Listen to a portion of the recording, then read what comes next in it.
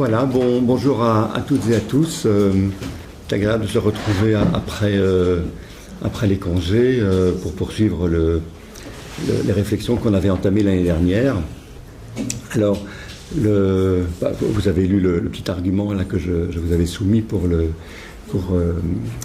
ces conférences. Donc vraiment l'idée c'est d'essayer de poursuivre la réflexion qu'on avait entamée l'année dernière. C'était donc beaucoup de situations cliniques et une élaboration qui passait par la question de la manière dont quelques peintres modernes avaient pensé la composition, avec cette idée que la composition en peinture, et dans la peinture moderne en particulier, travaillait cette question du passage de l'informe aux formes et donc aux constructions représentatives. Et il y avait trois peintres en particulier sur lesquels on avait un peu plus disserté, qui étaient donc Bacon, Oppert et Zauki, et on a terminé par Rothko. Voilà. Et donc l'idée quand même, c'est que par rapport à ce chemin qu'on avait entamé, la question finalement qu'amenait la peinture allait se poursuivre logiquement dans d'autres directions. Alors cette année-ci, vous verrez qu'on commence à aborder la musique aussi. On avait terminé l'année dernière également sur la question de l'ambiance. Bruce Bégou, qui est donc l'auteur, le philosophe bordelais qui avait écrit ce livre en 2020, va venir nous en parler également. Également un auteur belge qui a beaucoup travaillé sur les peintres et fait des très beaux petits ouvrages très très personnels sur ces peintres, va venir également pour voilà. Mais donc pour faire le lien vraiment entre et reposer au fond les grandes questions qu'on avait envie quand même de mettre au travail du côté de la psychanalyse, Rudy Vermouth a accepté de venir ouvrir ce cycle donc je vous rappelle qu'il avait, et pour ceux qui n'étaient pas là, il avait donc été il avait été de discuter chacun des exposés que j'avais fait l'an dernier, avec chaque fois la perspective et le décalage, et finalement Rudy avait conclu en trouvant que finalement j'avais quand même pas mal évolué entre le début et la fin du séminaire de l'année. Voilà. Et donc, il va reprendre une série d'éléments en les articulant à sa manière d'entendre et de lire l'œuvre de Billon. Voilà. On compte également parmi nous Pascal Notet, qui est là aujourd'hui et qui fera l'exposé au mois de décembre, dans une perspective qui allie la psychanalyse et des concepts philosophiques. Et alors j'ai aussi été très très heureux cet été parce que j'ai reçu quelques mails de collègues, par exemple François qui m'a écrit à propos d'un livre d'un architecte qui aborde autrement la question de l'ambiance sous l'angle de l'atmosphère. Et il se fait qu'il y avait justement un collègue architecte qui est doctorant à l'UCL et qui est ce soir aussi, cet après-midi parmi nous, Jean-Jacques Jungers, qui, un échange s'est ébauché sur la question de l'architecture et avec également vers d'autres architectes, notamment un architecte suisse dont le nom en consonance allemande m'échappe, mais... Philippe Rame. Non, ça c'est Philippe Rame, ça c'était celui, mais le suivant, celui que vous aviez. Zumthor. Voilà, Zumthor. C'est un nom d'opéra, ça pratiquement, Zumthor, mais bon, voilà. Et donc, tout ça pour dire que voilà, on sent qu'il y a là un mouvement, une possibilité, une ouverture vers quelque chose qui est ce que j'aimerais qu'on puisse mettre en œuvre, qui est un élargissement de la psychanalyse, qui reste bien sûr centrée sur elle-même en termes de réflexion, mais allant chercher, et peut-être à l'occasion aussi pouvant donner quelque chose à des collègues qui travaillent dans d'autres champs de recherche au hasard. Voilà, je n'ai déjà été que trop long. Cher Rudy, merci. À toi la parole. Bonsoir, vous m'entendez bien? Je m'excuse, je suis néerlandophone, donc je ne parle pas très bien le français, mais ça ne va pas poser de problème, je suppose. Ce que je vais faire, c'était un grand plaisir l'année passée de discuter Jean-Paul, et je suis très content que je peux présenter, disons, le modèle d'arrière-fond que, disons, j'ai eu la chance en 2013 par Serge Frisch, qui est dans le board de ce moment, l'IPF, la Fédération européenne de psychanalyse, de donner une keynote lecture sur ce qui n'est pas différencié en psychanalyse. Et je me rappelle très bien, c'était une soirée où je ne me sentais pas tellement bien. Il y avait un meeting de présidents de sociétés à Jérusalem. J'étais dans le lit. Une fois, je voyais quelque chose de très simple. Et j'ai basé ce keynote lecture sur ça, et je vais présenter ça aujourd'hui. Et ça a été un grand succès à ce moment-là, puisque tout le monde voyait ce qui n'est pas différencié comme pathogène. Et moi, je l'approchais tout à fait inverse, que c'était, disons, la source d'énormément de choses. Et ça a eu un grand succès, et puis j'ai été invité dans beaucoup de sociétés et conférences, et j'ai développé ça dans tous les sens. Je l'ai appliqué à l'amour, à la pathologie, je viens d'écrire un texte sur le transfert, contre-transfert, tout ça. Je l'ai appliqué sur le infantile mind, le dernier congrès international de psychanalyse, et donc ça continue. En fait, j'ai commencé à en écrire un livre, mais ça n'a pas tellement avancé que j'avais pensé. Donc c'est très très évolué, mais je vais parler je vais l'approcher de différentes dimensions, et c'est très proche de ce que Jean-Paul est en train de développer. Je dois dire aussi que je suis dans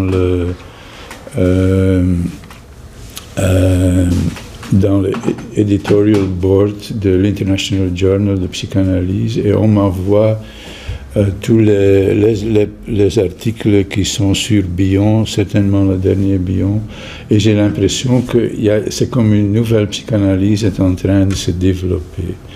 Et c'est très proche de toute cette zone, puisque c'est une toute autre approche en fait. Bon, je suppose qu'on a assez de temps, on va voir, enfin je l'ai déjà un peu résumé, mais oui, voilà. L'année passée, Jean-Paul a publié un livre chez Routledge, mais aussi en français. L'Harmattan. Ah oui. Et où il développe l'idée je l'ai résumé un peu, si je le comprends bien, Jean-Paul, vous voyez comme le soi et le moi aussi, mais le soi surtout, s'est développé comme une sorte d'enveloppe de configuration avec différents degrés de différenciation, indifférenciation avec l'environnement. Donc, ce sont comme des couches. Et il y a des idées dedans en yeux de Winnicott, de Bion et de Bléger. Et comme ça, c'est ça que vous développez de beaucoup de côtés. Ce que je vais présenter, c'est donc le modèle que j'utilise aussi, en analyse. Et c'est basé sur... c'est une traduction de Bion, en fait. Et ce sont différents... Je vois ça comme un fonctionnement psychique en différentes zones, en différentes couches, avec un différent degré de différenciation. Donc je vais définir ces zones, et je vais aussi parler de comment on peut travailler avec ces zones, et aussi la dynamique entre les zones.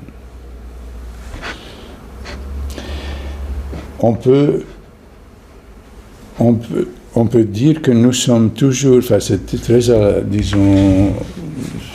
à la mode aujourd'hui, et c'est clair aussi du point de vue neuroscientifique. Nous vivons dans des fields. Et nous vivons dans ces fields et notre corps, ça, en gris, ce sont des zones corporelles comme le système gastrique, le système cardiaque, le système immunitaire. Notre corps est toujours en lien par ces zones avec les autres.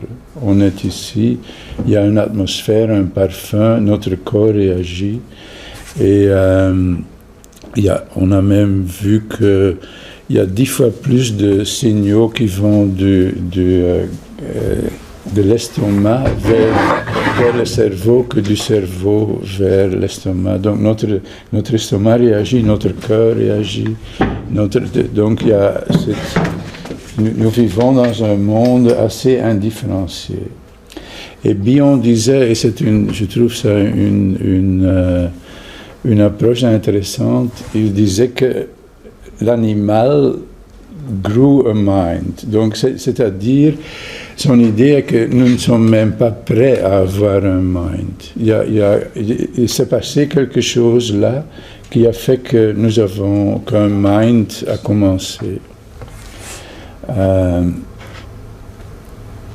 Et quand on essaie de comprendre comment ce mind fonctionne, on peut dire qu'il y a donc une relation avec ce qui nous entoure, avec nous-mêmes, qui est très finie. Puis il y a une zone mixte, finite, infinite, et puis il y a une zone infinie. Enfin, je m'excuse, vous avez déjà entendu ça. C'est un plaisir. Donc il y a une grande zone infinie.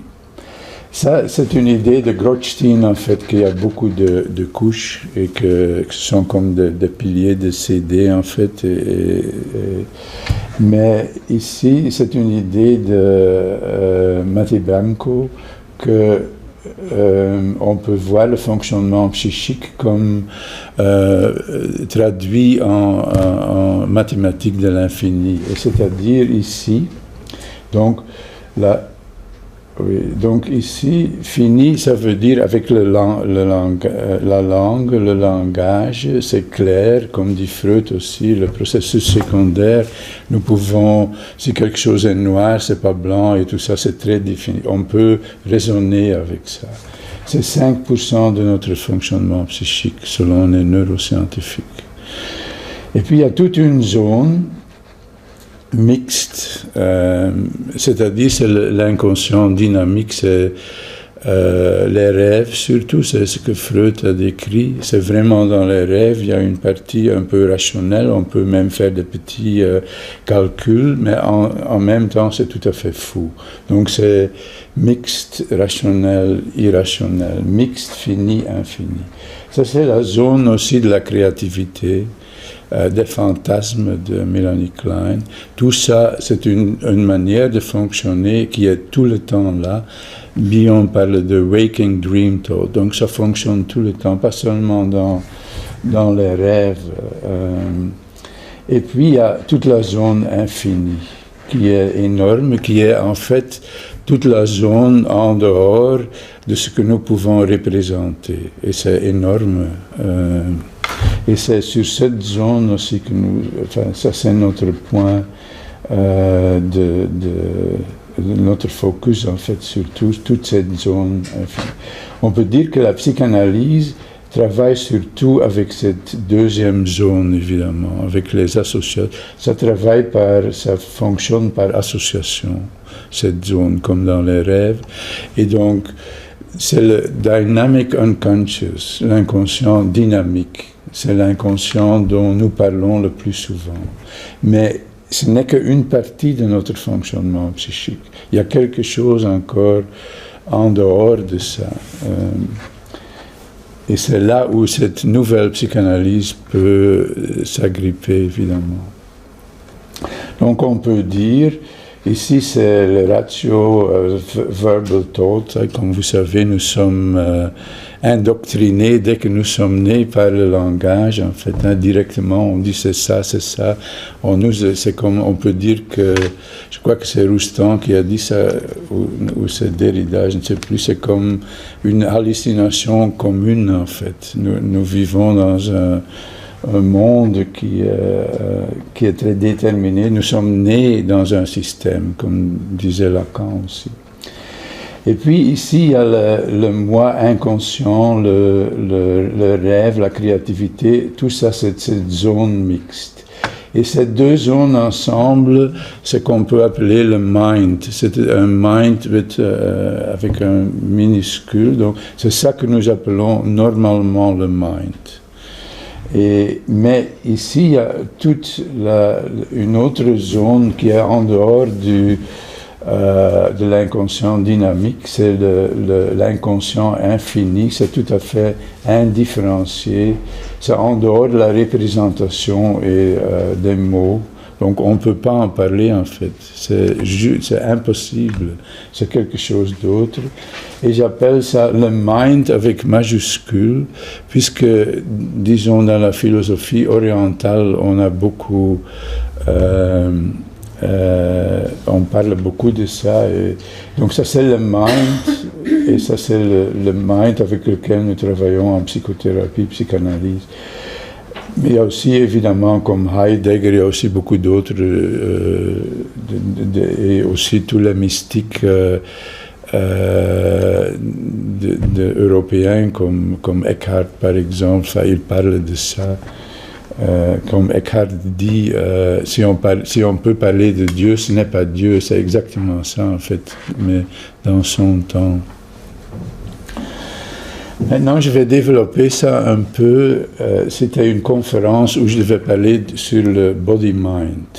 Et donc, j'élabore le système un peu pour la relation entre body-mind.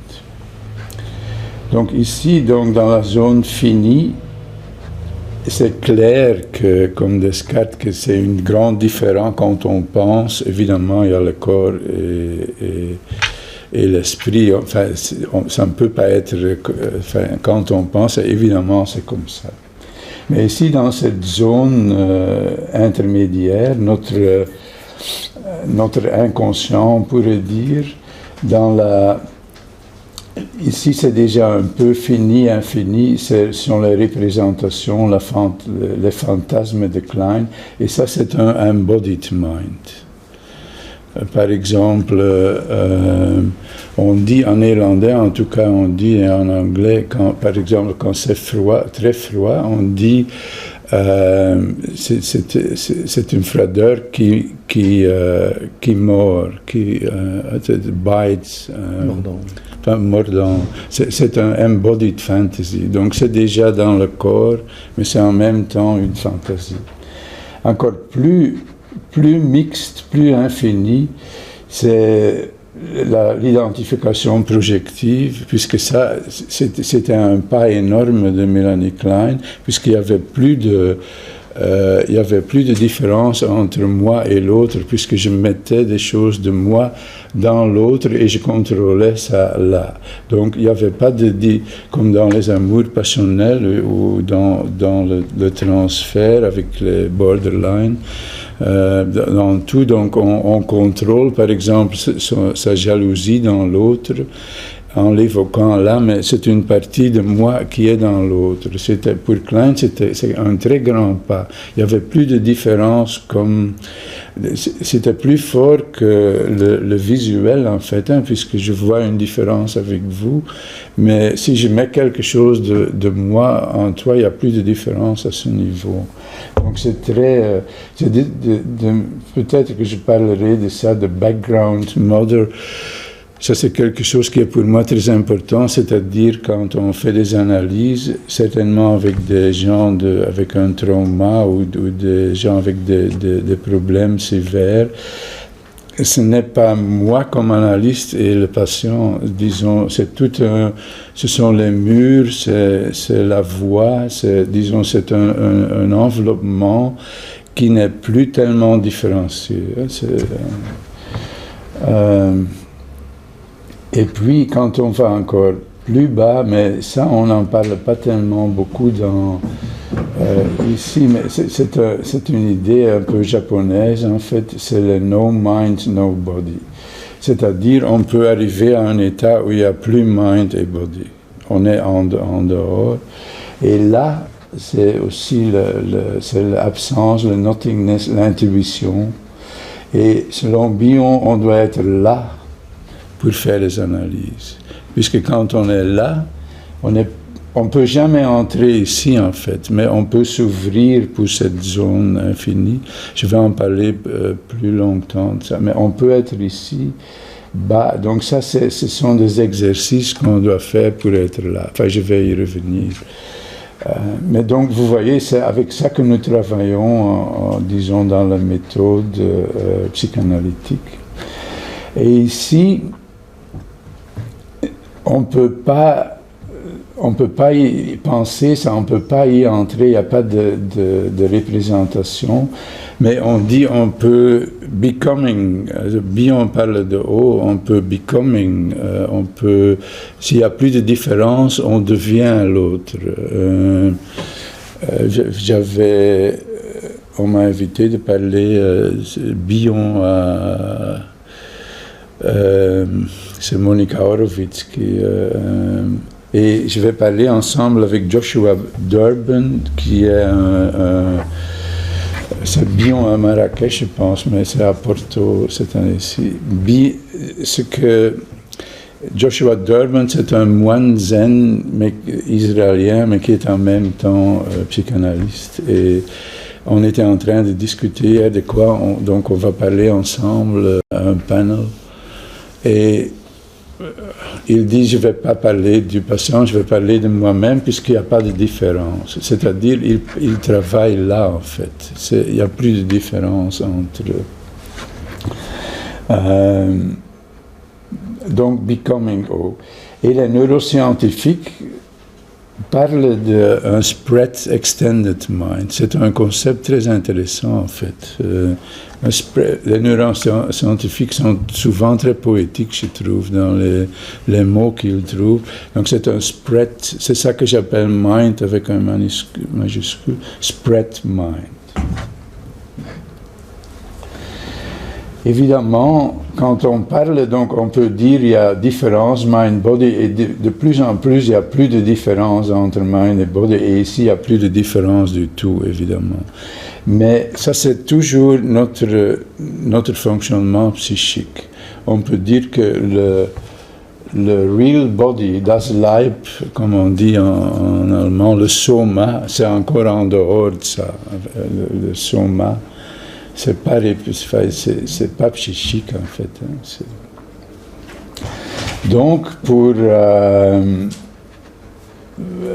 revenir au premier slide, donc vous voyez que ici, il y a le gastro-intestinal system, immune system, the heart.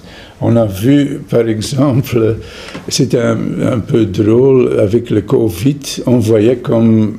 on le présentait souvent, il y a notre corps et puis il y a ce qui est autour du corps, et notre système en fait voit ce qui est alien, qui est étrange au corps, et attaque ça. Ça, c'est l'idée de très très simple, puisque c'est pas du tout vrai, évidemment. C'est tout dans notre corps. Il y a des milliers, des millions de bactéries avec qui nous vivons ensemble et qui entrent dans notre corps, et le système immunitaire, on doit vraiment utiliser des big data systems pour essayer de comprendre, puisqu'ils doivent détecter, puisque nous vivons ensemble, nous ne pouvons pas sans tous ces microbes, et donc ils doivent détecter qu'est-ce qui est bon pour le corps ou pas en petits groupes, et puis c'est énormément complexe. Et le système immunitaire est directement en relation, évidemment, aussi le cœur. Enfin, je pourrais en parler longtemps, mais enfin, je ne vais pas le faire maintenant. Mais par exemple, c'était étonnant, j'avais une conversation avec un rechercheur interniste cardial. Il disait qu'il y avait dans le British Journal of Internal Medicine un article où on a regardé les patients qui la famille priait pour eux. Et un autre groupe où la famille ne priait pas, et puis des gens qui ne croient pas. Pour les gens qui croient, et la famille, comment on dit, priait, oui, prie pour eux, les résultats étaient statistiquement meilleurs. Ça veut dire qu'il y a beaucoup de choses qui se passent à ce niveau-là. Et enfin, notre pensée est encore trop primitive pour comprendre tout ça. Donc ici, vous voyez, c'est ce système infini, c'est le mind qui s'impose sur tout ce système. Et j'ai pendant un temps, cette zone ici, je voyais ça comme un moulin, en fait, puisque c'est là où il y a toutes les transformations, c'est là où il y a le moi, donc c'est toujours en mouvement, et pour ça, j'avais dessiné ça comme ça. Donc, vous voyez qu'il y a, dans tout ce grand field, il y a tous les petits esprits qui sont là et qui sont en train de transformer, mais en fait, beaucoup se passe à un niveau infini. Et ça, j'ai utilisé ça dans une conférence sur Bion à Londres. Je m'avais amusé à faire The Weeping Astronaut. Donc, j'ai collé ici une image de quelqu'un qui pleure. Et notre psychanalyse, normalement, c'est ça. On regarde qu'est-ce qui se passe dans ce type, pourquoi il pleure, comment il transforme les émotions. Mais avec l'infini, c'est ça en fait. On travaille de là. Vous voyez. Et je vais parler un peu comment on peut travailler de là. C'est une autre approche. Donc, dans cette zone infinie, il n'y a pas de différence entre moi et l'environnement, moi et l'autre. Dans cette zone, on peut en parler, mais je suis de plus en plus persuadé qu'il n'y a pas de drive, il n'y a pas de pulsion là. Il y a peut-être des instincts, mais pas de pulsion. Il n'y a pas d'anxiété. Ça, c'est, disons, la deuxième zone, hein, ça c'est très intéressant, et j'ai fait un panel avec j'en ai parlé l'année passée, c'était très impressionnant pour moi, le neuroscientifique qui connaît le plus cette deuxième zone, je vais y revenir, c'est Carhart Harris de Imperial College of London, et je l'avais invité de faire un panel ensemble au Congrès international à Londres, et il travaille sur cette deuxième zone en utilisant le MDMA, psilocybine et tout ça. Et ça bloque cette deuxième zone. C'est très impressionnant. Et les gens n'ont plus d'anxiété. Ils ont fait la première fois avec des gens avec un cancer terminal. Et on donnait le MDMA, et l'anxiété disparaissait tout le temps, pas seulement sous l'influence de cette drogue, mais toujours. Donc c'est pas la drogue, c'est quelque chose qui change, et puis on est différent en fait, on a une différente approche. Enfin, il y a des études sur ça, c'est ça qui me fait penser qu'il y a en fait pas d'anxiété, il n'y a pas de... Bion met beaucoup d'importance sur ça, c'est asensual, sans no senses. Et le contact avec cette zone, donc on ne peut pas penser, c'est une expérience. Et Bion dit, je trouve ça très intéressant, il dit le but d'une d'une analyse didactique, un training analysis, c'est pas d'imiter le training analyst, c'est d'avoir une transformation en haut, une transformation dans cette zone infinie, d'avoir cette expérience, qu'on peut le reconnaître chez ces patients. Puisque le problème est que nous avons facilement tendance à bloquer ça chez les patients, puisque nous ne sommes pas ouverts à ça. Si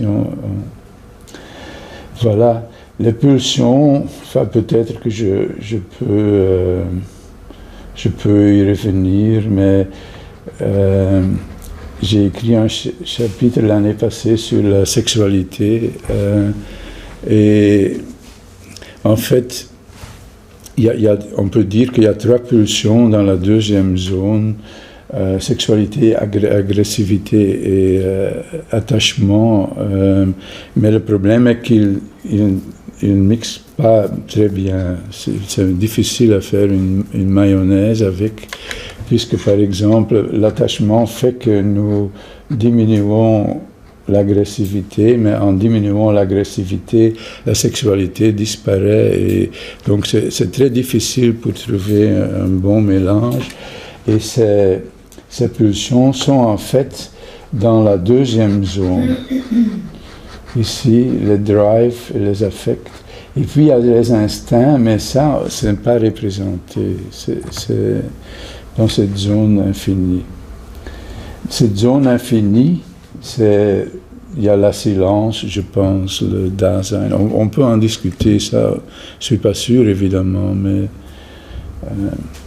Maintenant, si vous me permettez, je vais parler un peu de neurosciences, puisque c'est très, même si vous n'y connaissez pas, c'est intéressant. Vous êtes d'accord? Autrement, je passe ça, puisque les analystes, normalement, ils n'aiment pas ça du tout. Ils disent toujours, pourquoi est-ce que tu fais ça? Mais les étudiants... je donnais cours en psychologie, en psychiatrie, les étudiants aimaient ça beaucoup, puisqu'ils connaissent ce langage, et pour eux, ils peuvent faire le lien. Ce que, avec l'analyse, c'est tout étrange, pour eux, c'est comme un dinosaure. Et quand j'en parlais, il y avait toujours des gens qui choisissaient de faire une formation en psychothérapie analytique à cause de ça, puisque pour eux c'était très, disons, très important qu'on pouvait faire ce lien. Ça, c'est une image de Carl Friston. Et j'ai eu une fois la chance d'être dans un panel avec lui. Carl Friston, c'est le neuroscientifique qui a développé les algorithmes pour les scanners. Donc c'est un homme brillant en fait. Et donc il voit le monde comme ça. Donc le monde, on ne connaît pas. Nous construisons le monde tout le temps. Ça c'est clair, enfin disons, la réalité n'est pas la réalité, c'est quelque chose que nous faisons. Un serpent voit une toute autre réalité que nous. Ça, donc, mais qu'est-ce que fait le cerveau et le mind pour construire ça? Et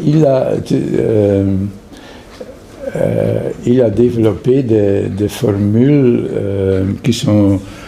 C'est incompréhensible pour nous, c'est the Bayesian brain, il appelle ça, et c'est proche aussi de toi, c'est basé qu'une entropie qui diminue, donc la zone finie, il y a le moindre entropie, l'infini c'est tout à fait entropie.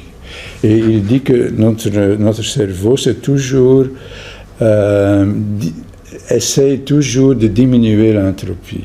Aussi les rêves, on peut dire, c'est essayer de mettre des choses ensemble et de diminuer. Donc c'est énormément difficile de lire ça, vous pouvez le trouver sur Internet. Je trouvais dans le Quantum Mechanica, c'est aussi très intéressant et c'est très lié, que donc avec une entropie qui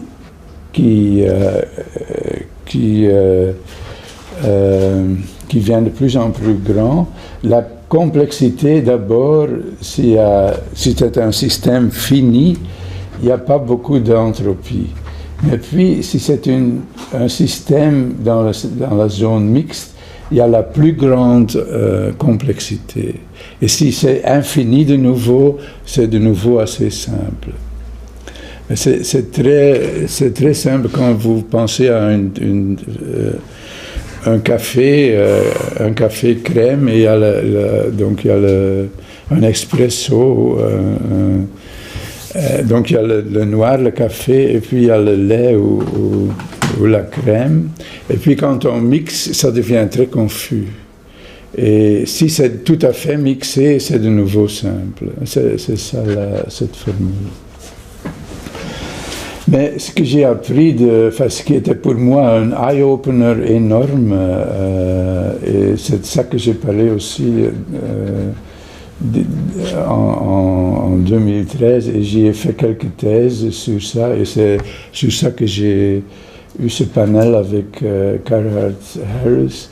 Ce qu'on a découvert, c'est le default mode. Le default mode network. Vous connaissez le default mode network? Non. Donc, on peut dire que notre fonctionnement psychique, il y a 8 ou 9 networks. Donc, un network, dans le temps, avec les neurosciences, on regardait les zones. On disait, ça c'est pour parler, ça c'est pour...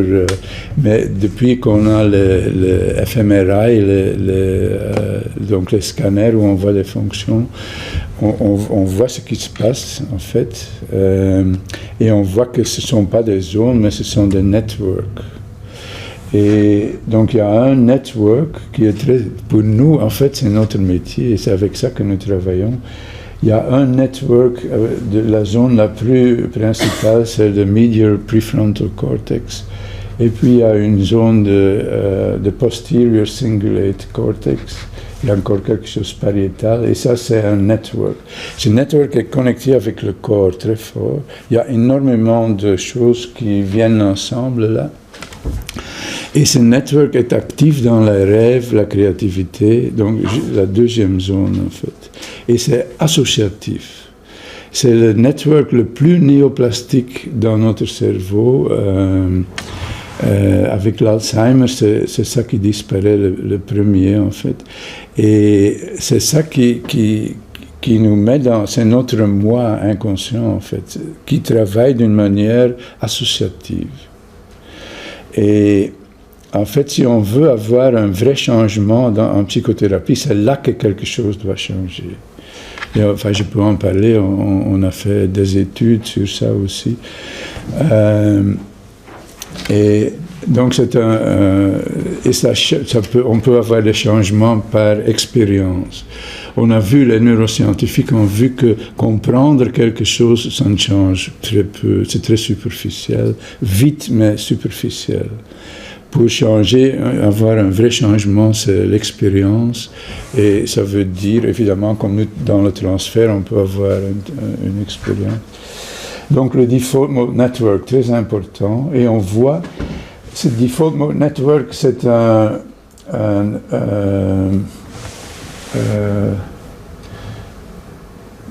je ne sais plus pourquoi elle était, mais ça veut dire en fait a thought.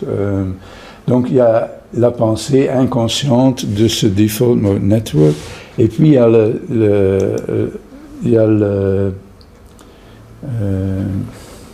comment je peux retourner et puis il y a la pensée verbale raisonnable, c'est conscious thinking. Et ça c'est la première zone, ça c'est la deuxième zone. Et on voit, si ce sont des problèmes simples, comme comment je peux aller d'ici à Vilvoorde, on peut penser, on peut pas faire grand-chose avec la deuxième zone, c'est mieux au lieu de rêver, de penser. Mais ça va très bien pour les problèmes simples. C'est idéalisé dans notre monde, et Kant disait déjà que nous avons vendu notre âme pour pour un pot en terre, puisque c'est pratique, hein, mais nous sommes esclaves de ça. Biondi, c'est ça qui en fait c'est ça qui a fait que nous sommes en guerre, qu'il y a beaucoup de problèmes. Ça n'a résolu rien sur les grands problèmes. Mais pour les petits problèmes, c'est... Mais par exemple, pour des problèmes relationnels, émotionnels, si ça devient plus complexe, l'efficacité, la qualité diminue énormément. Mais cette deuxième zone de rêverie, de fantasme, ça reste. Donc, quand les problèmes deviennent beaucoup plus complexes, ça devient plus efficace que la pensée verbale. Les gens, c'était, comment il s'appelle, Lieberman. Lieberman a fait la distinction entre un système X qui est automatique et un système C qui est contrôlé dans notre fonctionnement psychique. Et le système X, ça c'est la deuxième zone, c'est le ventromedial prefrontal cortex de basal ganglia, ce sont les émotions, la deuxième zone, tandis que le système contrôlé, c'est la première zone finie, c'est surtout avec le cortex. Et donc il y a cette deuxième zone, ça a été repris d'une autre manière par un économiste. C'est un bouquin qui a beaucoup été vendu, le Fast and Slow Thinking de Kahneman. Donc, il apprend qu'en fait, il y a ces deux. Le système contrôlé va très lent, c'est avec le langage et on doit faire des efforts, par exemple pour étudier et tout ça. L'autre système va très vite et on ne doit pas faire d'efforts. Et il a appliqué ça à la bourse, en fait, Kahneman. Mais puis, donc il y a cette zone contrôlée, première zone, deuxième zone mixte, le Default Mode Network, et puis il y a quelque chose qui est énorme en fait, qui est vraiment une preuve pour tous ces fields, c'est ce qu'on a trouvé, les Mirror Motor Neurons. Et j'ai eu la chance de voir Gallese présenter ça une fois à une conférence de psychiatrie. Il y a beaucoup d'années, et avec des films sur les singes, c'est incroyable. Hein? Donc, quand on fait un mouvement, on voit ce qui se passe dans mon cerveau, ça exactement la même chose se passe dans le cerveau de l'autre. Et puis, on a fait ça avec les émotions, et avec l'empathie, avec tout. Donc, il y a pas de différence entre toi et moi, entre vous et moi. Si moi je fais ça, il y a quelque chose en vous qui fait la même chose. Donc il n'y a pas de différence. Et j'ai eu la chance aussi, on m'avait demandé de faire une discussion ils ont le journal italien, la revista italien a fait une interview avec Nortov et Gallese sur le Mirror Neurons, et on a demandé à différents analystes de faire une discussion. C'est énorme, ils parlent pour eux c'est très clair, ils voient le monde comme ça, qu'il n'y a pas de différence. Et ils font une différence entre, ça c'est très intéressant, on en a parlé aussi, ils font une différence entre self-related et self-centered. Tu as repris ça dans le livre, j'ai vu. Ça veut dire, quand on est dans la zone infinie, on voit des choses qui sont liées à moi. Mais si c'est moi ou pas, on voit c'est lié à ce type-là. On est dans une zone infinie. Tandis que quand on est dans la deuxième zone, dans les rêves, dans la psychanalyse, normalement, c'est toujours self-centered. On est au milieu du monde.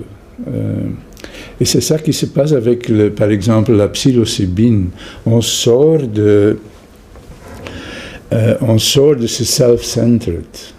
C'est ça qui se passe, en fait. On dit... il va mourir, mais il y a beaucoup de choses qui sont beaucoup plus importantes dans le monde que ce type-là qui va mourir. Vous voyez, c'est encore moi, ce type-là, mais c'est pas, je ne suis plus vraiment au centre, puisque l'angoisse, c'est aussi lié à ça, évidemment. Les mirror neurons. Et puis, peut-être que vous pensez que j'aime dire avec qui j'ai travaillé, mais c'est parce que pour moi c'était des moments très, très importants et émotionnels en fait, puisque j'ai aussi une fois eu la chance d'être dans un panel avec Joseph Ledoux. Et Joseph Ledoux, c'est le neuroscientifique qui a développé l'emotional cortex, le cortex émotionnel. C'est un livre qui a déterminé l'analyse aussi. Ça veut dire que les émotions viennent, et puis dans l'amygdala, puis l'hippocampe, et puis c'est travaillé dans le cortex. Ça, c'est notre modèle primitive en fait des analyses du fonctionnement psychique, et c'était développé par Ledoux, Joseph Ledoux. Mais Joseph Ledoux a dit c'était son première théorie, mais en 2014 il a dit j'ai fait une erreur, c'est pas juste, ma théorie est tout à fait fausse. Et donc, c'est pas qu'il y a quelque chose dans le cortex visuel qui va à l'amygdala et puis qui est travaillé corticalement. Il dit qu'il y a ces deux différentes couches, en fait. Il y a le cortex visuel et un track, une voie développée corticalement, une autre voie, ça reste dans le corps. C'est très important puisque Bion dit à la fin presque la même chose, et c'est très important pour notre thérapie, vous allez voir. Ce modèle de différentes zones, c'est en fait une sorte de modèle intégratif, overarching model. Et j'avais lu dans Freud disait dans l'ego et the it, les caractéristiques de conscience perdent leur signification, puisqu'il y a différents genres d'inconscient. Qu'est-ce que ça signifie encore? Et Bion disait, au lieu de parler de la différence entre conscient et inconscient, c'est mieux de parler entre fini et infini. C'est là que j'ai pris l'idée, évidemment.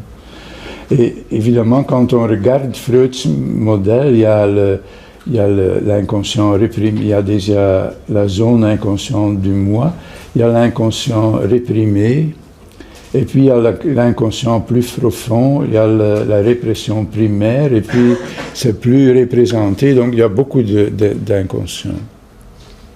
Ici, c'est selon Green, c'est le premier topic pour les analystes qui est là, dans ce coin. Mais donc c'est beaucoup plus grand que ça. Et ici, vous voyez comment on peut utiliser ce modèle comme un modèle intégratif. Ça, c'est vraiment fini, ça devient de plus en plus infini. Et ici, il y a la répression primaire, et c'est infini en dessous. Voilà. Donc, on peut, je ne vais pas développer ça, mais on peut dire que cette zone mixte, ici, c'est le processus secondaire, symbolic order of Lacan.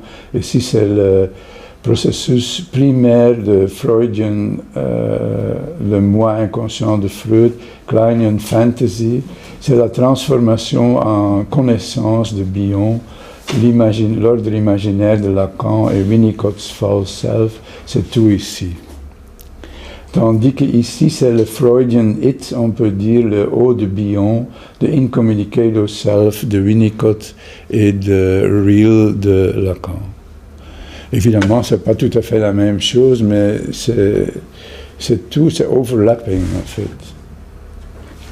Pour Bion, on peut dire que la zone ici, le transformation in knowledge, ça c'est la transformation psychique.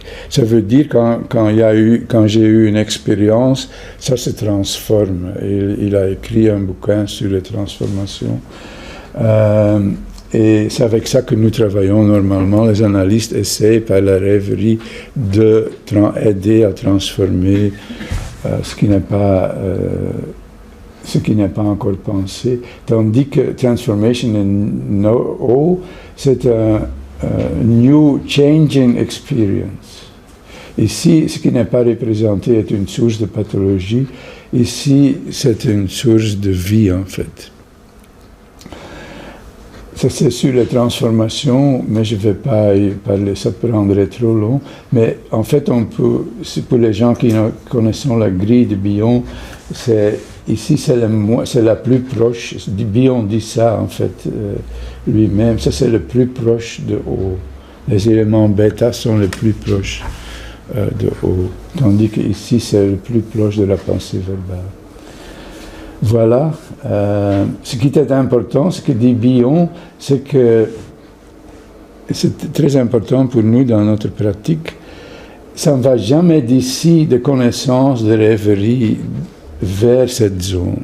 C'est toujours quelque chose qui peut sortir d'ici, d'être ici et être repris dans la rêverie. Vous voyez, c'est pas par la rêverie qu'on peut être en contact avec cet infini. On doit être ouvert que quelque chose vient. J'ai parlé de ça. Et maintenant, oui, dans notre discussion, j'ai beaucoup... ça, c'était notre discussion, je trouve. Puisque maintenant, on peut regarder l'autre, le transfert, le monde de la pensée, de la zone finie. On peut regarder l'autre, le monde des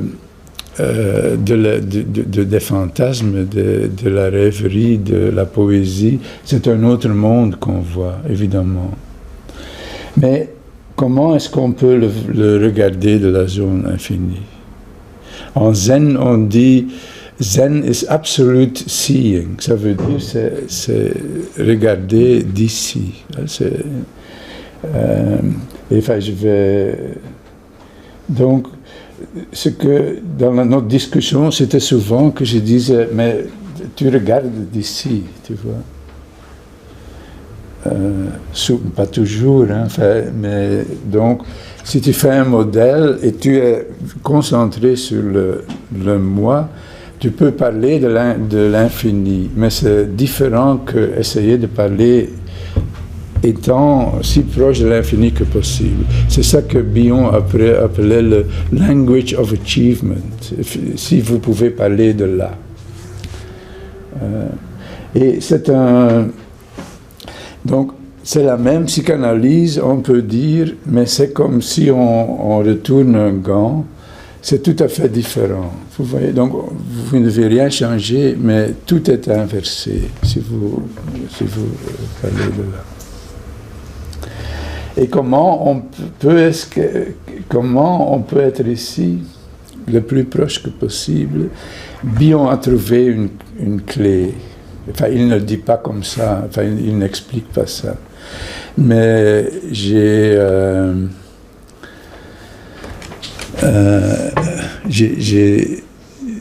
des contacts avec un Chinois qui fait des études sur ça et qui a été avec Chris Mawson, qui a publié toutes les œuvres de Bion et qui avait accès, il est mort, dommage, c'est très dommage, il avait accès à la bibliothèque de Bion et quand Bion était en Californie, il a lu le livre de Alan Watts sur le zen et donc il a souligné des choses, donc c'est très proche de ça. Et c'est pour ça, j'ai été quelques mois au Kyoto University aussi pour étudier ça plus profondément. Mais Bion fait le lien plutôt avec Eckhart et la mystique. Mais c'est tout la même chose. C'est une autre conférence, on pourrait dire. Donc, la clé pour Bion, C'était no memory, no desire, no understanding, no senses. C'est très très proche de la pensée orientale. No memory, no desire, no. Ça ne veut pas dire. Les gens ne comprennent pas ça d'habitude. Ils disent, enfin, je dois être. C'est comme un peu de moutarde qu'on met sur le repas. On dit, on fait un peu no memory. No, mais c'est radical en fait. C'est révolutionnaire. C'est être là dans le blanc.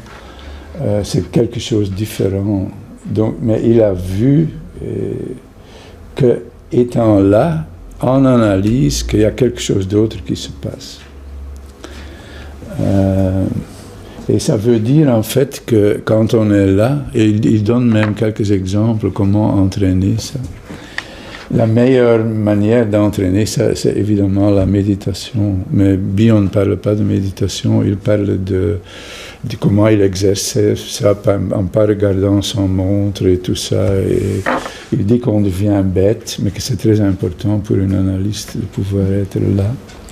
Et il y a quelque chose qui se passe à ce moment-là. Donc quand on est là, évidemment, les zones disparaissent. Quand on est là, il n'y a plus de première, deuxième, troisième zone. On est là sans... Il n'y a plus ça. Il y a une sorte de... je l'appelle personnellement being there where I am not. Mais c'est une propre... donc on peut dire, c'est d'une autre représentation ici, fini, c'est vraiment la pensée focalisée. Ici c'est la rêverie dans la deuxième zone. Et ici c'est le empty mind, no mind, pas essayer de comprendre, pas de désir, pas de mémoire. Opening the gate, c'est pas seulement par no memory, no desire, c'est aussi dans des expériences. Des transformations en haut, des surprises, ça c'est très important. Ça peut vraiment... Aussi les gens qui font du sport ont souvent connu ça, des moments comme ça. En amour, on peut avoir des moments comme ça. Des organisations, Jacques Press parle, j'aime beaucoup le travail de Press, de comment on fait bousculer quelque chose, losing oneself, la drogue évidemment, la méditation. Je travaille beaucoup, j'ai différents groupes et j'ai appliqué ça d'une manière très simple. Je fais une différence entre Horizontal Free Association et Vertical Free Association. Horizontal Free Association, c'est quand je pense à ça, ça me fait penser à ça, et ça pense à ça. Ça, c'est Horizontal Free Association. Vertical Free Association, c'est quand on se vide et on est là, et souvent il y a une tension qui commence dans les séances. Et puis, et ça arrive tout le monde, tout le temps, mais nous avons tendance à supprimer ça. Il y a quelque chose presque hallucinatoire. On pense à quelque chose qui n'a rien à voir avec ce que dit le patient, ou on sent quelque chose, ou quelque chose qui surgit. Et maintenant, dans ces supervisions en groupe, on dit une séance sans qu'on ne connaît rien du tout, et puis au lieu de ça, je pense à ça, je pense à ça, on dit les images qui sortent. Application clinique, enfin je ne vais pas parler de ça, mais c'est une autre vue sur la psychopathologie. Par exemple, Bion dit, je suis un psychotique, mais un psychotique sain, qui n'est pas malade. Tandis que les schizophrènes, ils ont, selon Bion, énormément peur de l'infini. Ils ferment tout. C'est une autre approche de la pathologie que de la deuxième zone. C'était plutôt des choses qui n'étaient pas transformées.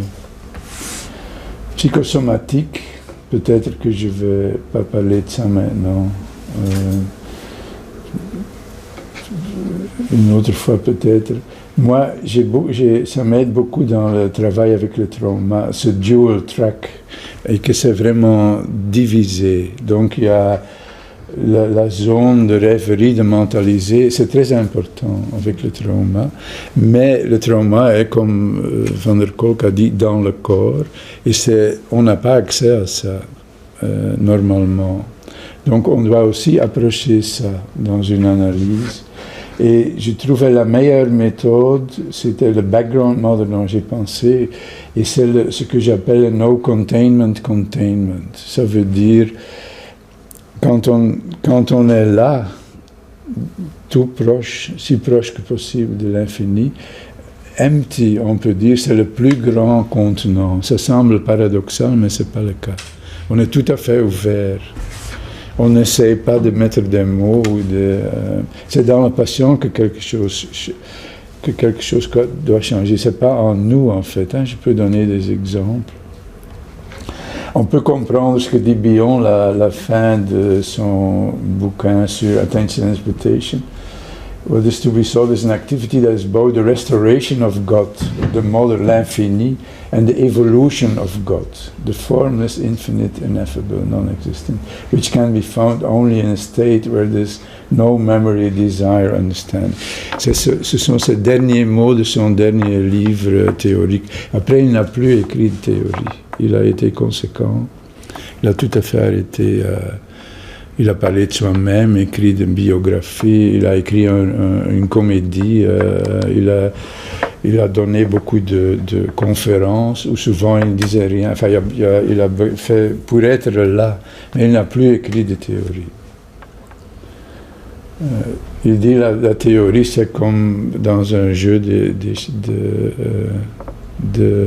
d'échecs, non, jeu de chess, d'échecs. C'est bien pour les premiers mouvements, la théorie, mais après, ça ne nous aide à rien. On doit être là. L'Orient, mais je vais pas parler de ça. En fait, c'est ce qu'on appelle au Japon le no mind.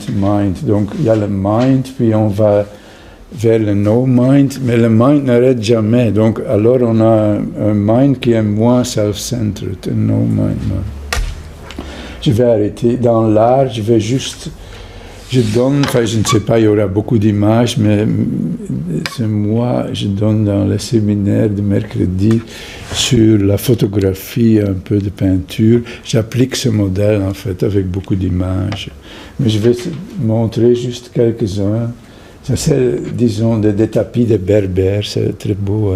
Il y a eu dans le temps, vous vous rappelez, à Bruxelles, il y avait Borderline, une exposition, c'était où on marchait, c'était par Bracha Ettinger, oui. C'était énorme, enfin, c'est une des plus belles expositions que j'ai jamais vues. Elle est psychanalyste aussi, oui, elle a développé la pensée du Borderline. À l'école, on fait beaucoup de références à elle. Oui. Donc les tapis berbères, puis ça, je trouve les plus grands génies comme Da Vinci et Hokusai, là c'est dans leurs travaux, ça c'est Da Vinci, ça c'est Hokusai. Et ça, puisque j'aime ça, c'est Avedon de Catherine Deneuve, c'est la même chose en fait. Voilà, merci beaucoup.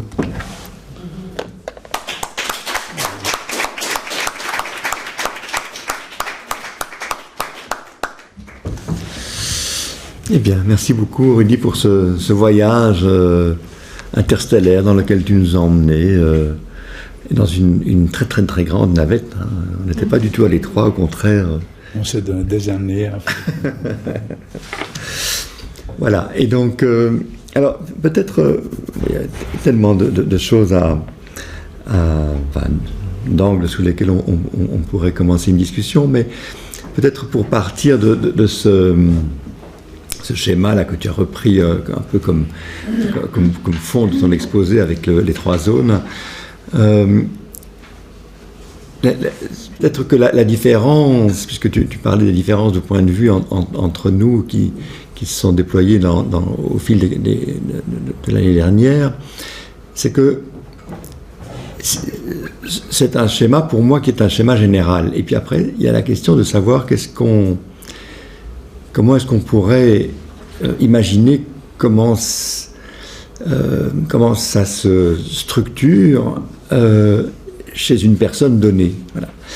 Et donc, cette hypothèse que j'ai développée des configurations psychiques, c'est, au fond,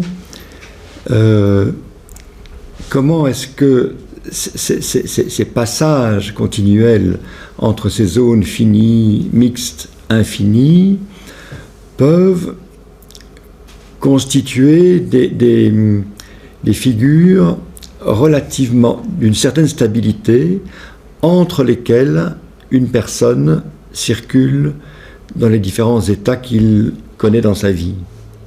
C'est-à-dire que, est-ce qu'on imagine qu'il y a simplement ces trois zones sans plus enfin, tu parles de la zone intermédiaire, les fantasmes, bon, les rêves. Il y a, on peut retrouver de constantes, des régularités qui apparaissent. On retrouve des choses qui se transforment lentement, mais reviennent quand même. On retrouve les structures dans ces différents passages. Même chose pour les temps de contact avec quelque chose qui serait beaucoup plus non différencié. Et puis, dans la zone de la conscience aussi, évidemment. Mais, c'est-à-dire que pour moi, je rajouterais sur ce schéma ce que tu avais mis au départ dans ce schéma, d'ailleurs, dont seulement une partie est passée, parce qu'on a vu que des points, et en fait, toi, tu avais des zones, voilà, non, le tout premier, je crois. Oui, mais je voudrais parler de ça. Ah, d'accord, ok. Et donc, voilà, je surimprimerai sur ce schéma général. Si je devais penser à une personne, à un patient en particulier, ou plutôt, plus exactement, probablement un couple que je formerais avec un patient donné, voilà, ce serait des zones entre lesquelles on circule, et puis des endroits où ça circule, voilà, très bien, et donc il n'y a rien d'autre à faire que d'être là. Et puis des zones où, par contre, ça s'arrête. Ces zones où ça s'arrête, pour moi, c'est des zones où on est dans du dédifférencié, c'est-à-dire dans quelque chose qui était un mouvement vers l'émergence d'une configuration, quelque chose où une certaine organisation, une certaine forme a voulu prendre forme, mais a échoué et a provoqué une sorte de zone cicatricielle. Et que dans ce tableau, pour moi, il y a des zones cicatricielles. Et que la question, c'est comment est-ce que la circulation du psychisme entre ces trois zones, qui forment voilà, tout le champ potentiel de notre expérience, comment est-ce que la circulation peut quand même se redéployer. Et je pense que c'est là que le passage par l'informe, c'est-à-dire l'infini, dans ton schéma, est quelque chose qui est effectivement régénérateur. C'est-à-dire que c'est par là, à mon avis, que ça peut repartir. Et pas par un travail avec un mulet, un pic, voilà. C'est un petit peu l'idée. Non, mais je voudrais montrer ça, mais je peux en parler aussi. Puisque d'abord, la structure, je voyais dans cette troisième zone, il y a aussi aussi des invariants, mais qui ne sont pas représentés. Je lisais dans Augustin de Greek, le philosophe grec,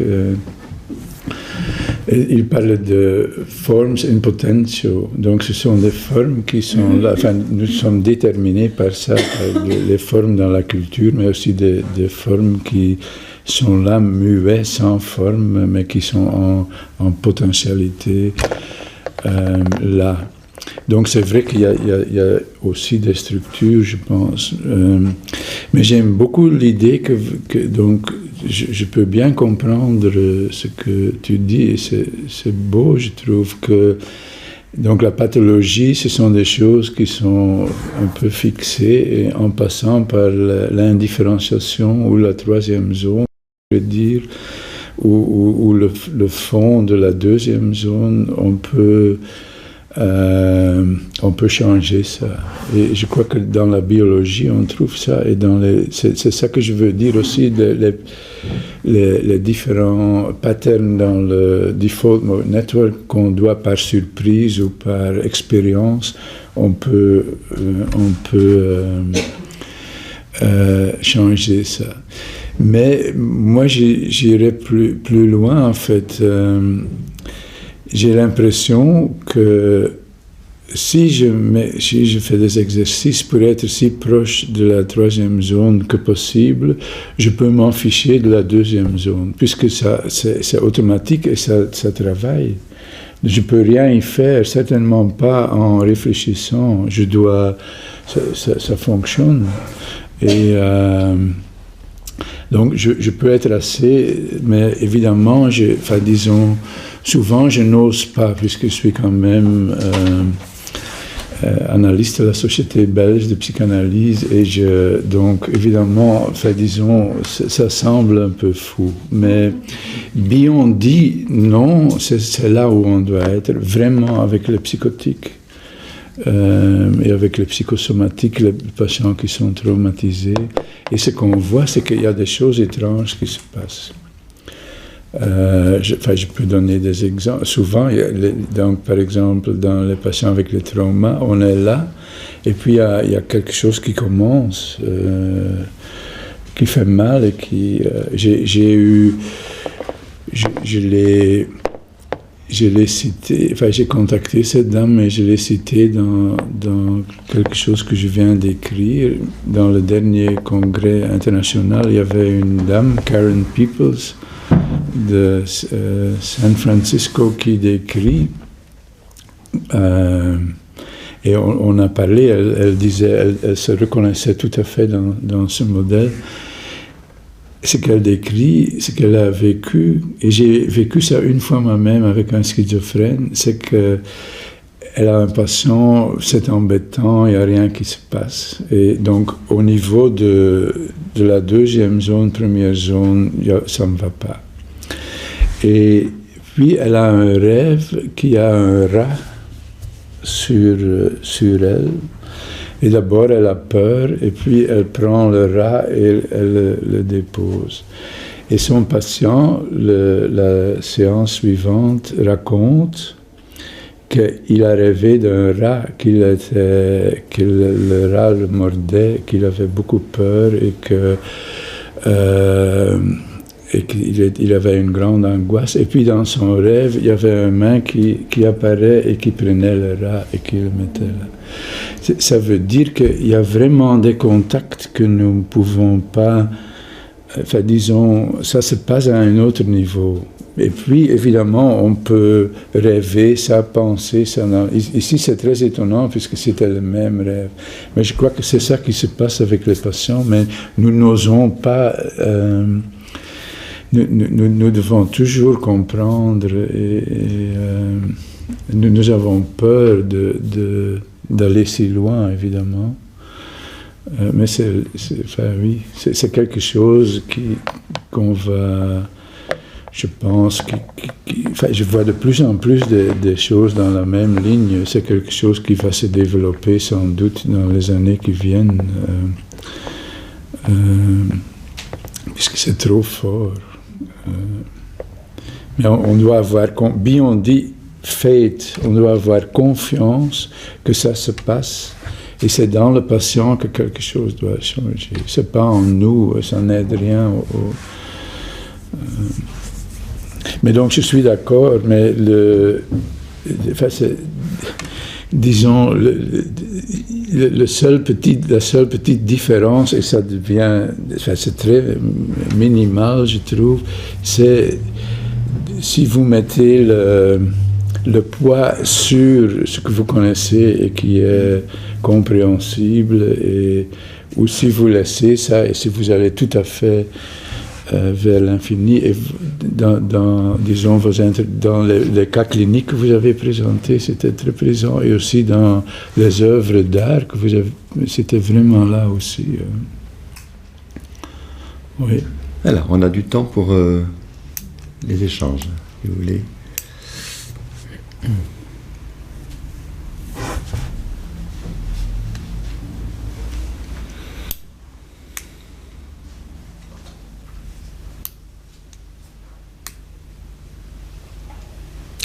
Pardon, allez-y.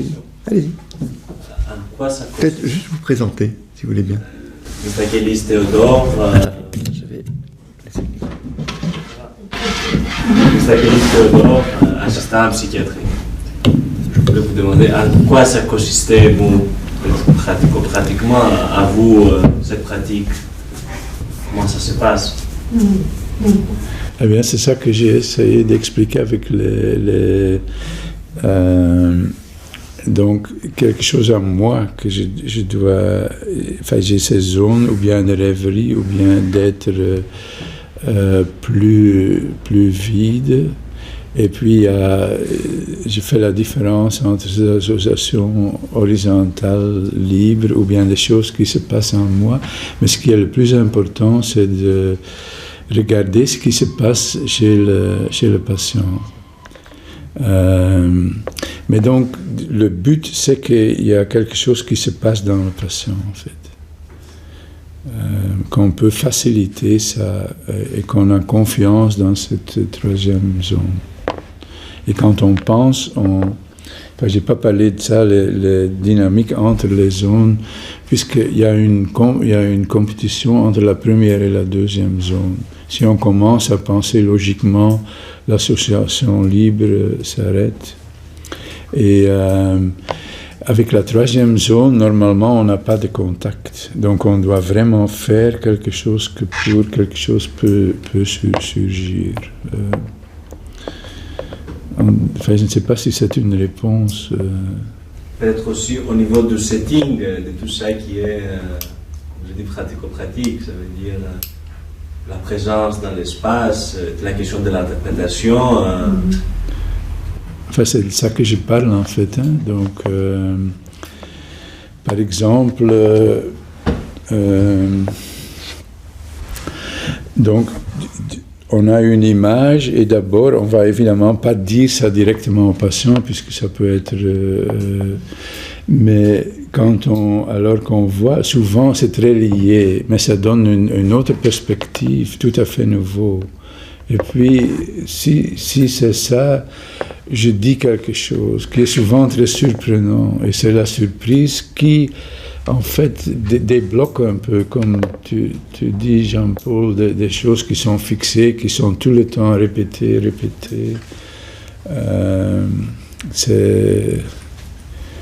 Oui. Mais disons, on ne peut pas commencer comme ça. C'est comme une sorte de... on doit, comme on dit au Japon, il y a par exemple au Japon, pour beaucoup d'art et aussi les choses martiales, on doit apprendre de faire ça d'une manière normale. Donc aussi la psychothérapie, on apprend tous les pas. Et puis, on peut que faire, disons, ça, par exemple dans le théâtre Renaud, on fait beaucoup d'exercices pour désapprendre, pour être là, proche de cette troisième zone. Et c'est à ce moment-là qu'on peut vraiment jouer. Et c'est le même pour les sports, c'est le même pour nous. Donc, on ne peut pas dire à quelqu'un qui n'a pas fait une formation, vous devez travailler comme ça, c'est impossible. On doit d'abord faire toute une formation et c'est comme une sorte de pas après. Vous voyez, c'est comme quand on joue du tennis. C'est clair que pour jouer très bien, ça doit venir comme ça, sans penser, automatiquement. Mais si on n'a jamais appris, il n'y aura rien. C'est de même en psychanalyse. Donc, ce n'est pas une méthode, si on n'a pas eu de formation, puisqu'on doit savoir ce que c'est le cadre, c'est le cadre qui travaille. C'est ça que je veux dire avec le gant qui est détourné. C'est la même chose, mais c'est une différente approche. Mais moi, je voulais peut-être, juste pour répondre à votre question, je pense que la pratique avec les enfants donne un accès beaucoup plus évident et simple à ça. C'est-à-dire que si vous voyez des parents qui amènent un enfant, et que l'enfant il n'est pas trop demandeur, il est plutôt méfiant, c'est quoi, qu'est-ce que Steve va se mêler des affaires de la famille, etc. Voilà. Et puis il y a 2-3 entretiens avec les parents et l'enfant, et puis à un moment donné, cet enfant qui ne voulait certainement pas venir seul, décide qu'il veut venir seul. Et alors, donc là, c'est la question du dispositif. Et à ce moment-là, bon, ben voilà, si vous pouvez si vous avez une possibilité, vous le recevez de manière régulière. Et alors, ce qui se passe avec des enfants relativement jeunes, je sais pas moi, 6-7 ans ou même plus jeunes, eh ben, c'est qu'ils se mettent à jouer et, bon, selon le degré de désorganisation dans lequel ils sont, vous avez plus ou moins de difficulté à suivre leur jeu. Parfois, c'est complètement... on ne sait pas où on est, quoi. Il n'y a aucune cohérence, les personnages changent constamment, les rôles s'inversent, c'est un magma invraisemblable. Et la seule chose qu'il y a à faire, c'est de continuer à rester présent. Et avec l'enfant, et l'enfant n'attend rien d'autre. Hein. Si vous essayez d'introduire un truc du jeu un peu structurant, il ne va pas supporter. Il va vous dire, reste tranquille, fous-moi la paix. Et voilà. Et donc, je pense que là, ça nous montre ce qui est difficile à imaginer avec des adultes.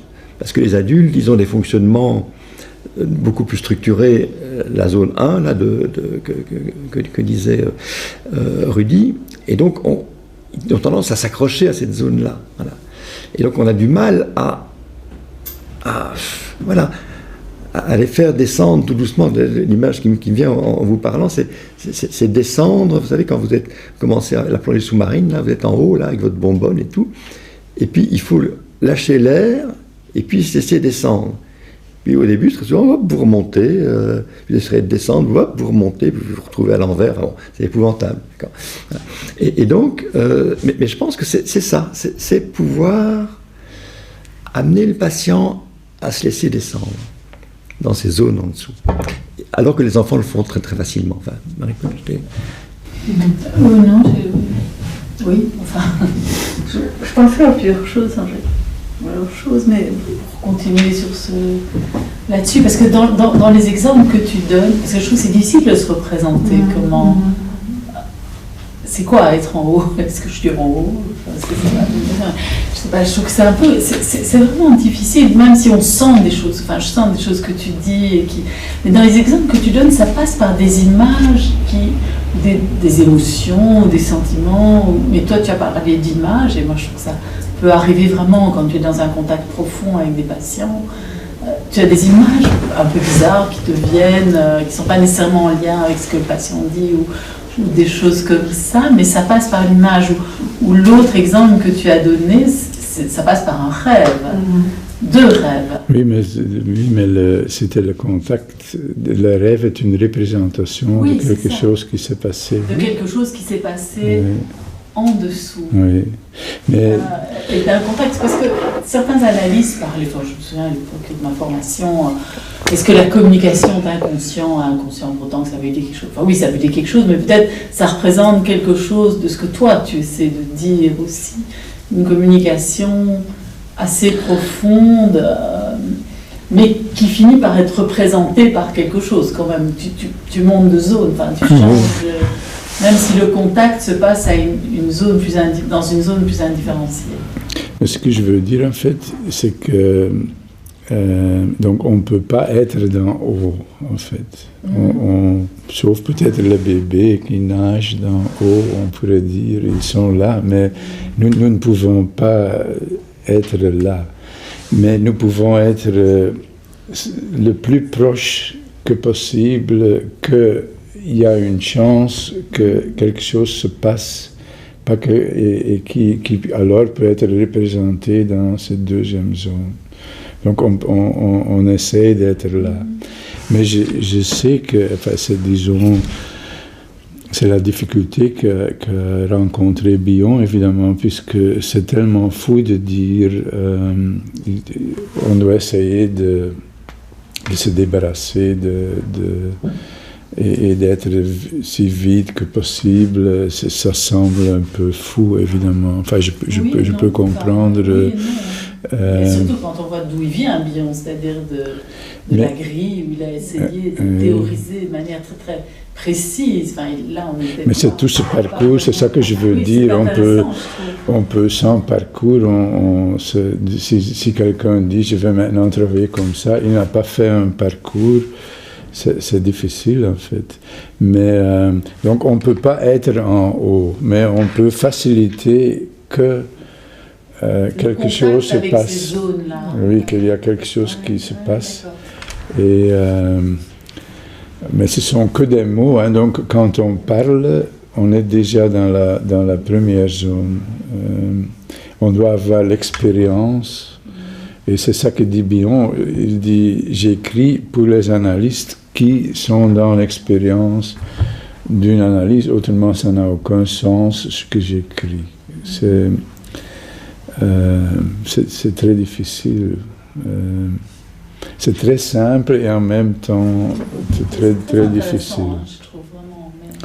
Et bien on dit le fate, donc la croyance, croyance, la foi, oui c'est ça. La foi, c'est une méthode scientifique pour lui. On doit être dans la foi que quelque chose va se passer si on fait ça. Et alors, je vais juste... Parce que je repensais aussi, c'est parce qu'initialement c'est plutôt ça que je voulais te demander. Je pensais au bébé, puisque je m'occupe de bébé chez les Brazelton, des examens du bébé, qui s'expriment vraiment à travers le corps. Donc clairement, on a essayé aussi de théoriser quelque chose d'un peu différent de Brazelton, à savoir ce qu'on éprouve face à ce bébé, ce que l'examinateur éprouve face au bébé, et qui lui s'exprime. Bon, alors il y a toute une théorie de Brazelton qui parle des zones, la maturation progressive au fil du développement du bébé in utero, des zones qui arrivent à maturation. Et donc une des zones, c'est le système nerveux autonome. La motricité, tu n'en as pas tellement parlé, mais tu parlais du cœur, tu as parlé du système digestif, mais dans le système nerveux autonome, quand le bébé est très surchargé, ça passe par des sensations corporelles et des expressions corporelles au niveau du système digestif, du système cardiaque, la couleur de la peau aussi, des choses comme ça. La peau aussi, évidemment. Oui. La peau aussi, des choses comme ça. Et c'est vraiment le tout premier niveau comme ça. La base du fonctionnement du bébé pour aller vers la motricité, la gestion des états d'éveil et puis l'interaction, la capacité interactive. Mais alors c'est difficile de mettre deux théories qui n'ont rien à voir ensemble, mais quand même, je me disais, qu'est-ce qui, aussi en lien avec les théories sur la symbolisation, où on peut penser que chez le bébé, voilà, c'est beaucoup d'expériences corporelles qui sont inscrites quelque part sous forme de traces qui vont symboliser progressivement. Mais je ne sais pas bien où mettre cette zone infinie là, tu vois. Dans ton schéma. C'est le body mind qui était en lien avec chez la bébé, oui. Chez les bébés et puis chez... Oui. Mais chez la bébé... Qu'est-ce que ça devient chez l'homme, quoi, qui grandit.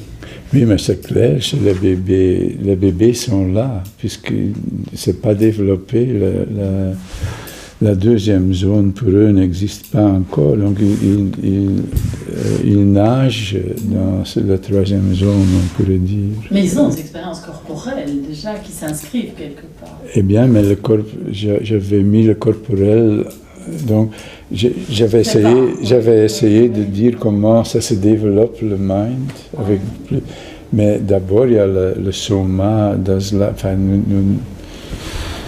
mais vous comprenez, par exemple, Bion, à la fin, quand il donnait des présentations, il a donné une présentation pour des analystes américains où il ne disait rien, et puis en une fois, il faisait un cri, et il ne disait plus rien, et tout le monde sortait, et les autres l'admiraient, mais vous voyez comment parler de là, on ne peut rien dire, puisque ce sont toutes des fabrications, où il disait une fois « Kant », Et puis c'était vraiment choquant, puisqu'il trouvait qu'on devait choquer les gens aussi pour qu'on devienne...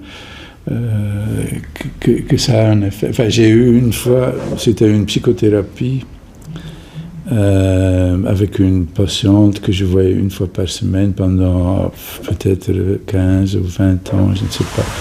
Elle m'a fait c'était très fort. Enfin, j'ai beaucoup appris d'elle, mais elle a fait des trucs graves avec moi, comme laisser sortir l'air de mes pneus et tout, des trucs. Enfin, une fois brûler quelque chose dans la chambre d'attente. Et donc, elle entrait. Et elle disait, ah, tu ne peux pas m'aider, tu ne peux rien faire, tu ne comprends rien, qu'est-ce que je viens faire ici? Ça continuait tout le temps, et toujours. Et puis, je pensais à une intervention zen, et je lui disais, je sais comment je peux t'aider. Et normalement, je n'avais jamais dit ça, donc elle me regarde avec des grands yeux et elle dit comment, et je dis, je sais comment je peux t'aider, prends tes chaussures et les mets sur ta tête. Et c'est une intervention zen en fait. Et c'était tellement, c'est puisque j'avais jamais dit des trucs comme ça, c'était toujours, mais en une fois c'était tout à fait bizarre. Donc elle sortait, on peut dire, de cette deuxième zone, et elle commençait à rire, elle était libérée et ça a duré 3 mois, je pense, qu'elle était presque, elle était sortie de ce mode, mais évidemment, c'est ça que font les maîtres zen, évidemment, mais on ne peut pas faire une thérapie comme ça. Mais c'est une épreuve comme tu dis, on doit bousculer quelque chose pour quelque chose qui est figé, aller à l'indifférencié. Mais moi, je pense quand même que dans le matériel qu'on écoute, enfin qu'on entend, il y a la détermination de notre formation, plus que ça, de notre culture, de la différence sujet-objet. C'est-à-dire qu'on a beaucoup de mal à penser, on a toujours pensé que c'est moi qui m'adresse à toi, et que toi, tu t'adresses à moi. Et beaucoup de mal à entendre dans le matériel des patients ce qui est non distinguable de toi et moi, le toi et moi. C'est très difficile, hein. On ne peut pas en parler.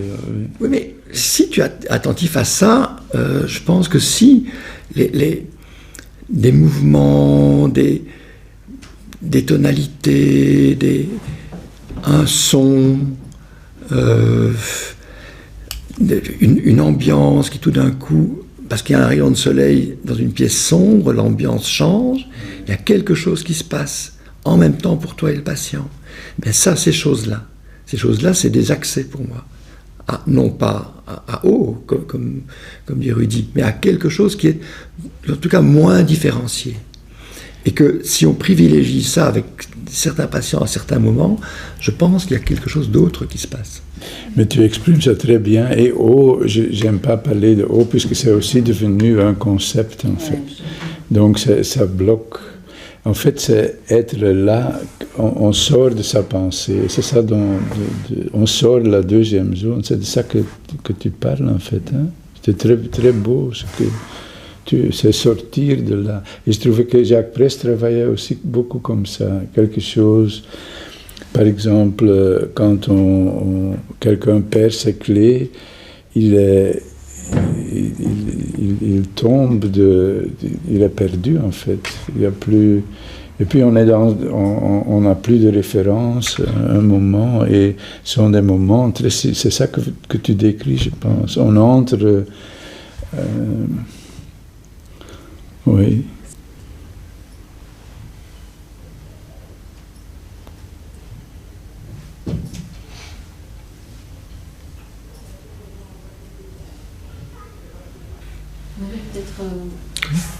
Peut-être juste vous présenter. Oui, Fanny Rebuffat, je suis aussi assistante en psychiatrie.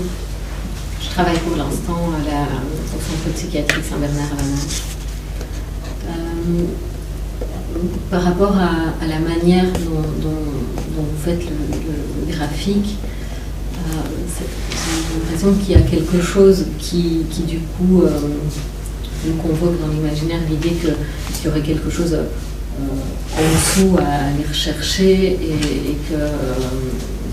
et qu'intuitivement je verrais plutôt tout autour de nous dans quelque chose qui d'un indifférencié toujours là et que du coup cette dimension dans la représentation de profondeur, j'ai l'impression, nous trompe un peu dans le contact qu'on peut avoir avec cette possibilité de l'indifférencier. C'est comme si... moi, ce qui me faisait peur dans ce que vous disiez, de dire bah oui, il faut d'abord faire toutes les étapes et devenir un bon psychanalyste qui a fait ses preuves et qui a monté les échelons, si on peut dire, quoi, en tout cas, qui a fait tout comme il fallait pour devenir conforme à ce qu'on attend de lui, pour pouvoir à un moment donné s'en affranchir. Ça, c'est une dimension qui me fait peur parce que c'est une dimension, je trouve, dans laquelle la prétention reste très très présente et que je pense que c'est ce qui fait de nous de mauvais thérapeutes, quelle que soit notre notre orientation, c'est quand à un moment donné l'ambition de faire quelque chose se transforme en prétention et que j'ai l'impression que de nouveau mettre cet accès-là du côté de la volonté. Vous avez raison, j'ai exagéré un peu, mais ce que je voudrais dire, c'est que, ça ne doit pas être analyste, mais on doit avoir quand même une sorte de formation avant qu'on peut laisser ça. C'est ça que je voudrais dire, que je crois que c'est impossible de commencer comme ça. C'est comme dit Jean-Paul, on a toujours entre toi et moi sujet et en même temps, il n'y a pas de différenciation dans une certaine sphère entre deux. Quand nous parlons maintenant, il y a une différenciation, on peut dire, mais à un autre niveau, il n'y a pas de différenciation. Comment est-ce qu'on peut être plus proche de ça? C'est de ça que... C'est descendre les échelons. Oui, mais je pense vraiment qu'il y a quelque chose de ça, parce qu'il y a quelque chose de l'ordre d'une forme d'indifférencié qui nous sculpte en fait par la surprise que ça peut produire et qu'en tout cas la manière dont j'ai l'impression que c'est quelque chose qui nous affecte à un moment donné, mais c'est comme une effraction un peu salvatrice, quoi, une effraction de surprenante qui viendrait pas justement enquister quelque chose ou finir quelque chose, mais qui au contraire permettrait de recréer des lisières. Mais par exemple, comme même dans les consultations avec des anamnèses, par exemple, Bion disait on peut essayer de supprimer par exemple la vue ou l'écoute, ou par exemple, je fais ça aussi de temps en temps, par exemple, j'entends une patiente et puis je n'écoute plus ce qu'elle dit, mais j'entends le timbre de voix et comment ça change, et souvent on a une toute autre vue de la même patiente.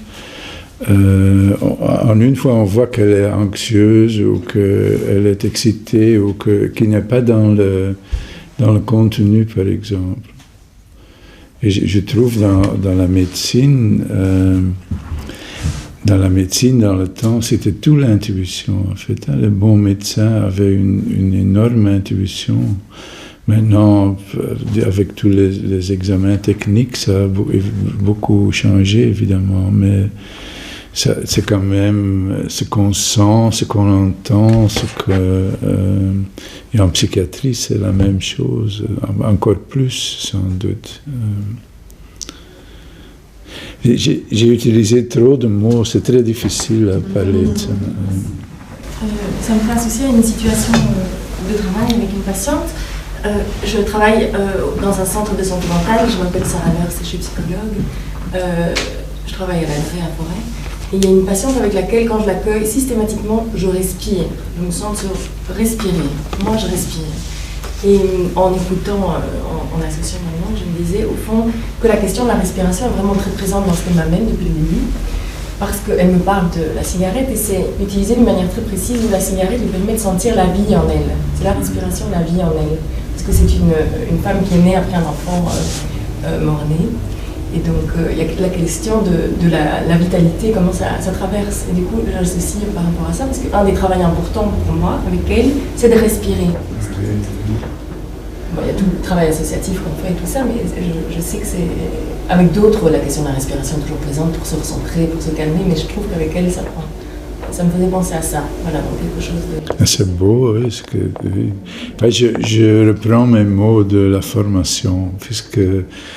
C'est très beau ce que tout le monde a ça sans doute, cette intuition. Le problème, c'est comment est-ce qu'on peut travailler avec ça.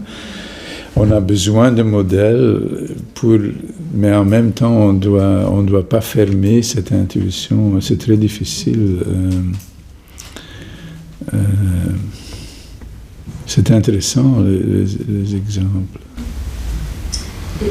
Juste après cette question, parce que vous parliez du vide, alors que j'ai l'impression que c'est plus se connecter au tout qu'au vide. Enfin, en tout cas, moi j'ai l'impression que le mot vide, mais le mot vide, c'est la première zone. Hein. Le mot vide, c'est vide plein. Il n'y a pas de différence, en fait. Ça, c'est un grand problème, par exemple, dans la philosophie japonaise. Le nothingness, mu, on dit. Nous pensons que vide, plein, mais c'est vide et en même temps c'est très plein. Vous avez raison, oui. Oui, c'est le souffle primordial. Mais le vide, mais c'est ce que je disais pour commencer, hein, le vide dans la représentation de la psychiatrie européenne, enfin, oui, le vide, c'est quelque chose qui est problématique, qui est source de souffrance, alors que le vide, dans les philosophies asiatiques, c'est tout l'inverse. Oui, c'est l'inverse. Hein.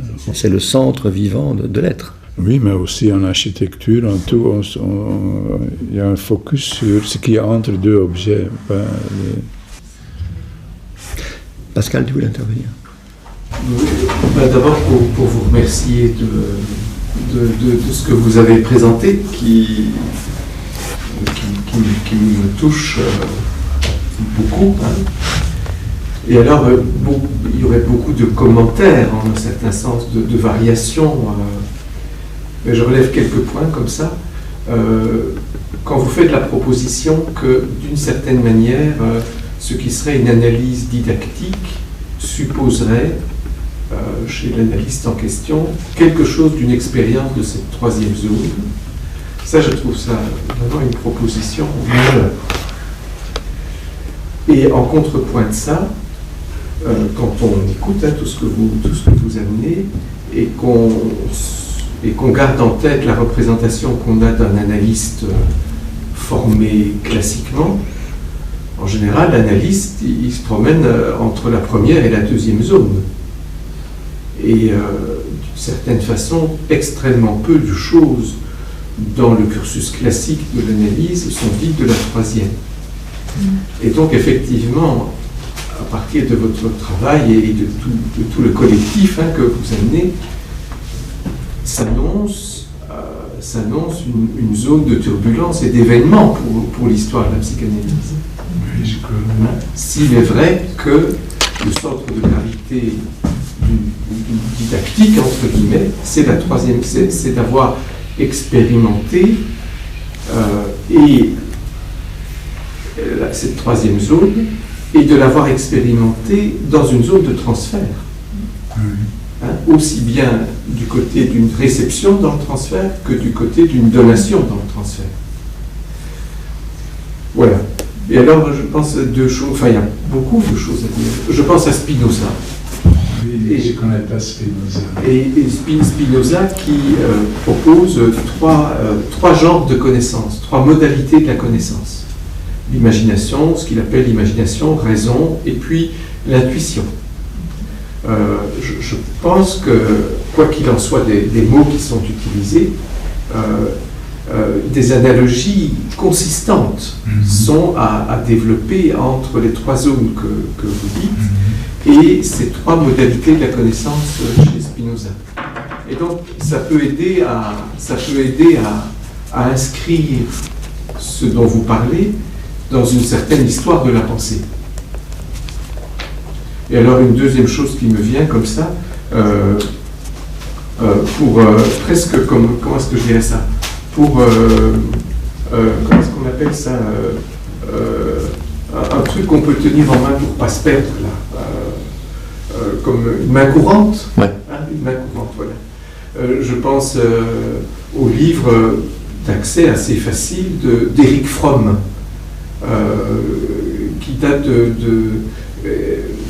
1960, je pense, publié en anglais à Londres en 1960, et qui s'intitule Bouddhisme zen et psychanalyse. Ah oui, j'ai lu ça. Voilà, avec un texte de Suzuki, un texte de Fromm et un texte d'un certain Richard de Martino. Et en fait, c'est un livre, je trouve, qui introduit toute cette zone de problématisation, hein, et de pratique aussi, hein, que vous articulez avec beaucoup de travaux qui ont été faits depuis, mais ça se trouve déjà là, en fait. Où il propose, Fromm, il disait que la psychanalyse, pour aller jusqu'au bout de son questionnement, de sa praxis, devait regarder du côté du bouddhisme zen. Mais il y a déjà il y a beaucoup de livres déjà sur le zen et la psychanalyse, la psychothérapie. Et il y a un bon, il y a longtemps que je l'ai lu, c'est de Epstein. Et donc il connaît les deux très bien et il a beaucoup de moines zen en thérapie. Disons, la psychanalyse peut s'enrichir, je pense, par le zen, mais ça ne veut pas dire que le zen est une psychothérapie, en fait. Bien, mes amis, il est l'heure, et donc merci beaucoup pour ce très beau moment, Rudy. Vraiment, c'était très très formidable.